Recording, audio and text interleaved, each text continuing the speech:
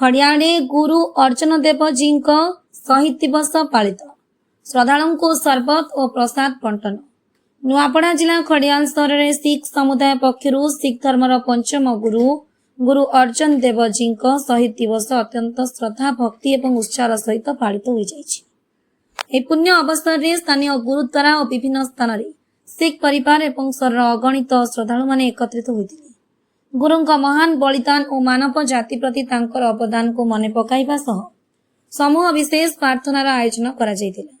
चलित वर्षर प्रबल ग्रीष्म प्रकोप और ताती को दृष्टि रखी सिख समुदाय पक्षर एक महत् सेवा कार्यक्रम हाथ को निया जायतिला।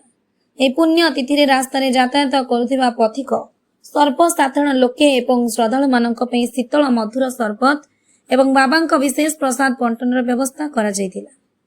यह कार्यक्रम सहर मध्य एक भाईचारार वातावरण सृष्टि करथिबा बेले स्थानीय जनसाधारण सिख समुदायर यह सेवा मनोभाव को बेस प्रशंसा करिसेंति। समग्र कार्यक्रम को श्रृंखलित और सफल करिबारे अमृत सिंह खंडुजा, अमृतपाल छाबड़ा, सतपाल सिंह, रविंदर खंडुजा और मंजीत खंडुजा प्रमुख मुख्य भूमिका ग्रहण करथिले। एसहित स्थानीय सिख महिला संगठन महिला ग्रुपर सदस्य माने समग्र सिख समुदायर अन्यान्य सदस्य माने सक्रिय भाव जोगदे सेवा कार्य सहयोग हाथ बढ़ाई। ब्यूरो रिपोर्ट, जिला खबर।